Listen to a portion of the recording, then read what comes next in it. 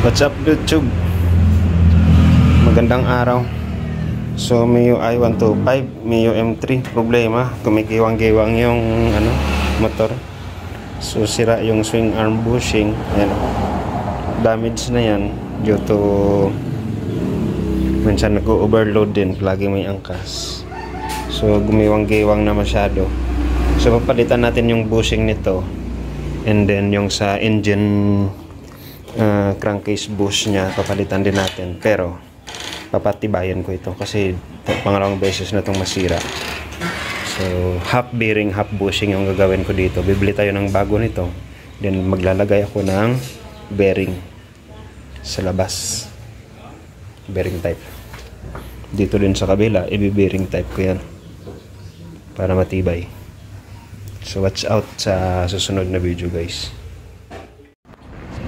Good morning mga par, welcome to Boss Nini Motorcycle Part Shop. So update, bago yung engine bushing natin sa Mio M3.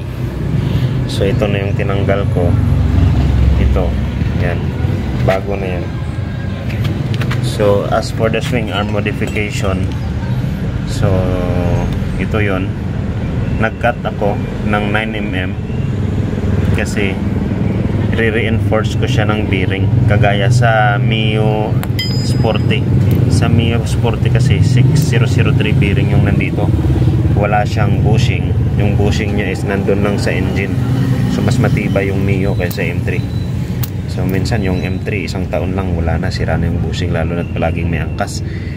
So ito yung gagawin ko, mag-upgrade tayo ng swing arm ng Mio M3 gamit ang bearing nito. So pasok yan, same size lang ito, same size lang. So nagbawas ako dito, and ito yung inner, ito yung outer bucket, protection ng bearing sa tubig para hindi kagad masira. Yan. Ito yung outer, yung bushing sa labas para sa anti-basa. So sealed siya for safety niya, so para tumagal. So pasok yan, pasok po yan. Yan, yan. Konting ano lang yan, diretso na. So update ko kayo pagkatapos. So update na, ipasok ko na yung bearing, tapos sinukat ko na rin yan ng caliper. Tama ko yan guys, tamang tama. Sorry, mahirap kung ikaw lang isa gumagawa, walang tagahawak ng cellphone at saka video. Saktong sakto lang yung gawa. Ayan guys, ito yan. Yan, tamang tama lang. Pasok po yan dito. So ito yung magsisilbing shield nya sa dito sa, sorry, ipapasok ko na to dito, tapos ilalagay ko na rin yung spacer at saka yung isang bearing sa loob. So ayan guys, naipasok ko na yung bushing na may reinforcement ng bearing sa loob.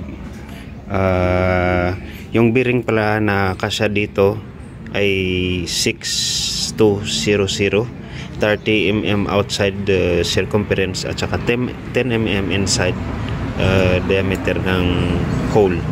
Yung dito 10mm, pareho lang po. Kahit na ipasok mo tong axle, yan, diretso po yan, diretso. Then 6200 na bearing para tumibay po yung mga M3 ninyo at saka iwas giwang-giwang. Yan lang po, salamat, share ko lang to para may matutunan din yung ibang mekaniko.